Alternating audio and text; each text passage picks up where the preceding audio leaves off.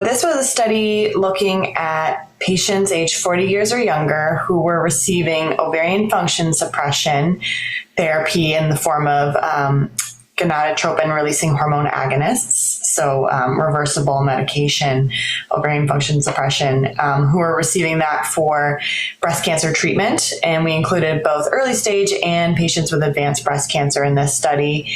And what we were looking at was, in patients on ovarian function suppression, was the estrogen level suppressed completely with that therapy.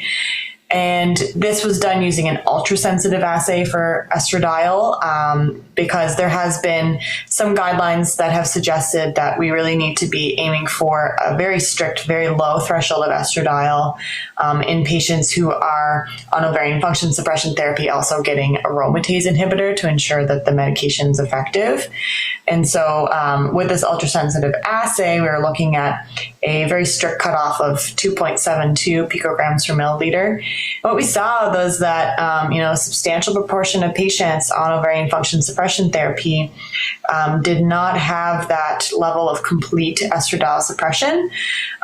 So it seems to be a pretty frequent phenomenon. Now, mind you, this was a small study, and, the clinical implications of incomplete estradiol suppression on ovarian function suppression is still, an unanswered question.